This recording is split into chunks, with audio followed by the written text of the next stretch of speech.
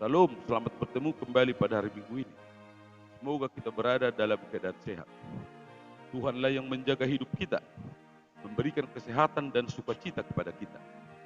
Pada hari Minggu ini kita akan memperingati hari pencurahan Roh Kudus yang kita sebut dengan hari Pentakosta. Untuk menyambut hari Pentakosta ini kita akan mendengarkan firman Tuhan. Kita awali dengan berdoa. Terpujilah Engkau ya Allah atas seluruh kasih setiamu kepada kami. Engkau bersama kami sepanjang hidup kami melalui penyertaan Roh Kudus. Roh itulah yang menjadi roh penolong dan roh kebenaran yang memimpin hidup kami. Kiranya melalui firman ini kami semakin memahami pertolongan-Mu yang penuh kasih itu. Dan oleh karenanya kami semakin dikuatkan.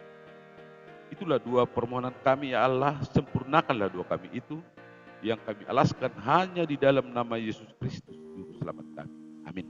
Bapak, Ibu, dan Saudara sekalian yang terkasih, menyadari tantangan yang akan dihadapi oleh murid-muridnya setelah tidak lagi bersama secara fisik dengan mereka, Yesus telah berjanji untuk memberikan roh penghibur dan roh kebenaran yang akan menyertai mereka untuk tugas pelayanan dalam menyaksikan tentang kebenaran Allah di tengah dunia yang penuh kebencian.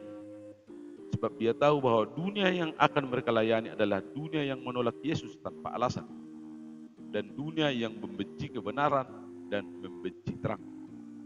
Hal itulah yang akan kita dengarkan lebih lanjut melalui khutbah pada Minggu Pentakosta, peringatan turunnya Roh Kudus. Nats khutbah dipilih dari Injil Yohanes pasal 16 ayat 4b sampai dengan ayat yang ke-15 dengan topik Minggu, Roh Penghibur dan Kebenaran. Marilah kita dengarkan bersama-sama. Saya akan membacakannya. Judul perikop, pekerjaan penghibur. Hal ini tidak kukatakan kepadamu dari semula, karena selama ini aku masih bersama-sama dengan kamu. Tetapi sekarang aku pergi kepada Dia yang telah mengutus aku, dan tiada seorang pun di antara kamu yang bertanya kepadaku, kemana engkau pergi? Tetapi karena aku mengatakan hal ini kepadamu, sebab itu hatimu berduka cita. Namun benar yang kukatakan ini kepadamu adalah lebih berguna bagi kamu jika aku pergi. Sebab jikalau aku tidak pergi, penghibur itu tidak akan datang kepadamu. Tapi jikalau aku pergi, aku akan mengutus Dia kepadamu.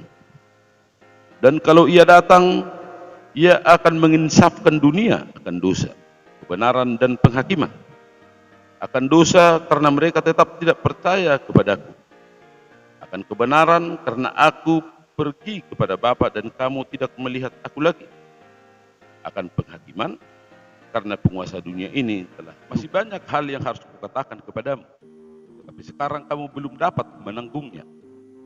Tetapi apabila Ia datang, yaitu Roh kebenaran, Ia akan memimpin kamu ke dalam seluruh kebenaran. Sebab Ia tidak akan berkata-kata dari dirinya sendiri, tetapi segala sesuatu yang didengarnya itulah yang akan dikatakannya, dan Ia akan memberitakan kepadamu hal-hal yang akan datang. Ia akan memuliakan aku, sebab Ia akan memberitakan kepadamu apa yang diterimanya daripadaku. Segala sesuatu yang Bapa punya adalah aku punya. Sebab itu aku berkata, Ia akan memberitakan kepadamu apa yang diterimanya daripadaku. Demikian firman Tuhan. Bapak, Ibu, dan Saudara sekalian yang terkasih, intisari dari nats ini adalah sebagai berikut. Yang pertama, Tuhan itu berlaku setia dan penuh kasih. Kesetiaan Tuhan dapat dilihat ketika Ia mengutus murid-murid. Yesus memberitahu hal yang terburuk yang akan mereka hadapi, supaya mereka dapat merenungkan dengan baik serta mempersiapkan diri, supaya mereka tidak terkejut atas kesukaran yang akan datang. Itulah cara Yesus untuk mempersenjatai murid-muridnya. Yang kedua, kepergian Yesus Kristus adalah demi kedatangan Sang Penghibur. Hal ini adalah rencana ilahi yang harus digenapi. Pengutusan Roh Kudus adalah buah dari penebusan Kristus yang dilakukannya melalui kematiannya dan kebangkitannya. Dengan demikian, kedatangan Roh Kudus adalah untuk meneruskan kepentingan Kristus di bumi, yaitu untuk menginsafkan dan meyakinkan dunia mengenai dosa, kebenaran, dan penghakiman. Bapak, Ibu, dan Saudara sekalian yang terkasih, Marilah memahami apa fungsi dari roh penghibur dan roh kebenaran yang adalah Roh Kudus itu sebagai berikut. Yang pertama, Roh Kudus adalah roh yang akan menginsafkan dunia akan dosa, kebenaran, dan penghakiman. Roh Kudus akan mengungkapkan dosa manusia sesuai dengan ukuran kebenaran Tuhan. Dan selanjutnya akan berlangsung proses penghakiman Tuhan. Roh Kudus akan menyingkapkan segala dosa yang tersembunyi, mengungkapkan segala kemunafikan, dan menolak segala dalih manusia atas dosa-dosa pelanggaran. Hanya kebenaran Tuhan yang menjadi ukuran di hari penghakiman. Oleh karena itu, hanya pertobatanlah satu-satunya jalan bagi manusia. Yang kedua, Roh Kudus adalah roh yang menuntun. Orang percaya akan dituntun oleh Roh Kudus kepada kebenaran. Artinya, manusia tidak akan memiliki kekuatan atau kuasa untuk mengerti seluruh kebenaran tanpa penyertaan dan bantuan dari Roh Kudus itu. Sehingga tanpa bantuan Roh Kudus, siapapun akan mudah murtad dan mengikuti roh iblis yang menyesat. Yang ketiga, Roh Kudus akan membantu dan mengajar segala sesuatu yang berkaitan dengan tugas pekabaran Injil. Kuasa penyertaan Roh Kudus sangat nyata ketika para rasul melakukan misi pekabaran Injil.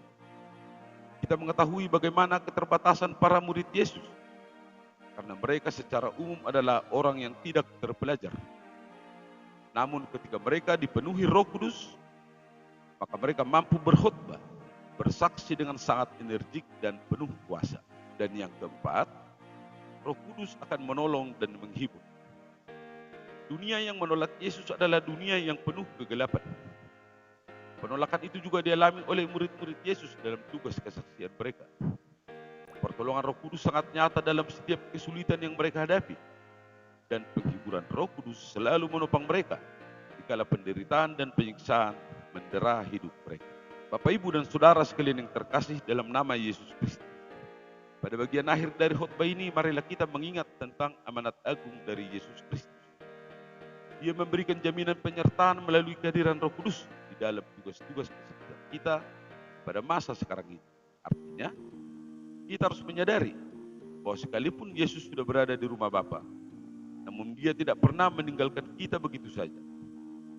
Inilah jawaban dari doa Yesus agar murid-muridnya dan semua orang-orang percaya tidak bercerai-berai dan selalu berada di dalam Tuhan. Dan kita memahami bahwa pengutusan atau pencurahan Roh Kudus kepada orang percaya bahkan kepada dunia adalah karya Allah untuk selalu menyertai manusia.